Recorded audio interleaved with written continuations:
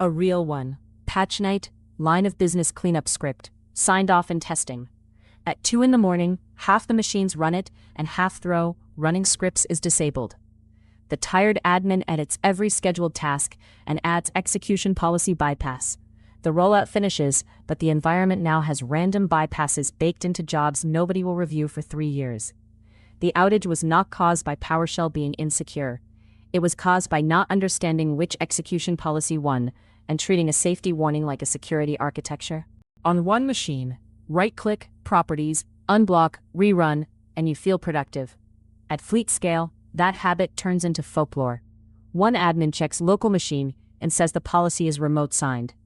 Another user still gets blocked because CurrentUser or group policy is winning. A third server has a scheduled task that works only because somebody copied a bypass argument from a blog. None of that is auditable in a useful way. Worse, teams start believing execution policy is their script security control, so they stop asking the harder questions: who can write scripts, who can run them, and what is actually allowed to execute. Here is the clean mental model. PowerShell execution policy is a safety belt, not a locked door. Microsoft's documentation says it is not a security system that restricts user actions. A user can paste commands into the console, run code through another host, or intentionally change context if they have the rights. Its value is preventing accidental script execution, especially scripts downloaded from the internet. My opinionated admin default is remote-signed for normal management work. Scripts created locally run, but scripts marked as downloaded need a trusted signature, unless you deliberately unblock them. That gives friction where accidents happen without pretending you defeated attackers. Start every troubleshooting session with Get-ExecutionPolicy List. Do not ask only for the effective policy, list the scopes. The precedence order highest to lowest is machine policy, user policy, process, current user, then local machine. Machine policy and user policy usually come from group policy, spelled out group policy object settings. To set your own user profile without touching the box baseline, use Set-ExecutionPolicy scope current user execution policy remote signed. To preview, add -WhatIf. For one PowerShell process, use PowerShell.exe or pwsh.exe with -execution policy remote signed or bypass only when you can justify it. For a reviewed downloaded script, Unblock-File path, script PS1, removes the internet zone mark. Picture an audit request Monday morning. Are we allowing unsigned scripts everywhere? Do not answer from memory. On a sample machine, run Get-ExecutionPolicy List and capture the result. If local machine is remote signed, but machine policy is undefined, that means the local setting is winning, unless a higher scope appears. If a help desk technician downloaded a vendor script, remote signed blocks it, because the file has mark of the web, the zone.identifier stream. The right workflow is review source, validate origin, prefer a signed vendor copy, then use Unblock-File only if your process allows it. Also inspect scheduled tasks for arguments containing -execution policy bypass, because those are exceptions you now own. First, pitfall, cargo culting bypass.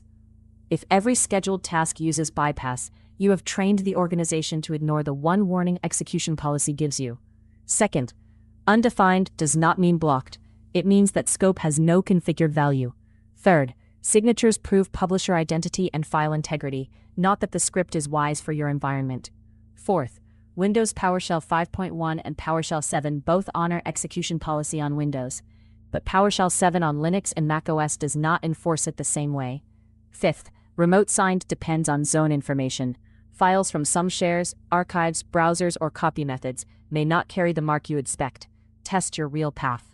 Execution policy sits early in your admin maturity curve. It belongs next to script hygiene, source control, code review, and basic user education. Group policy objects can set the baseline consistently across an organizational unit or OU, instead of relying on local drift. Script signing adds integrity and publisher accountability, but it still is not a full allow list. Real script control lives in AppLocker or Windows Defender Application Control, usually shortened to WDAC. Those tools can enforce what runs, who can run it, and from where. We will give them their own later episode, because deployment mistakes there can break production fast. Your safe exercise today: open PowerShell 7 as a normal user, on a test machine or your admin workstation if policy allows read-only checks. Run Get-ExecutionPolicy List and write down which scope is actually winning. Then run Set-ExecutionPolicy, Scope CurrentUser, Execution Policy, RemoteSigned, WhatIf, so you can see the intended change without making it. Download a harmless text script into a lab folder and run getitem.jscript.ps1-stream-i to look for zone.identifier. Finally, run Unblock-File path.script.ps1, WhatIf. The goal is not changing policy, the goal is seeing the mechanics before an outage teaches them to you. 3 beats to keep. 1. PowerShell execution policy prevents accidents. It does not stop a determined user or attacker, and Microsoft says so plainly. 2. RemoteSigned is a practical admin default because local work keeps moving while downloaded scripts get extra friction. 3. Get-ExecutionPolicy -list is the first command because scope precedence explains most surprises. Do not bury bypass in every task and call that engineering. Use the right tool. Group policy for baseline, signing for accountability, AppLocker or WDAC for real enforcement. New PowerShell episode daily on this channel, taking you from first command to fleet automation.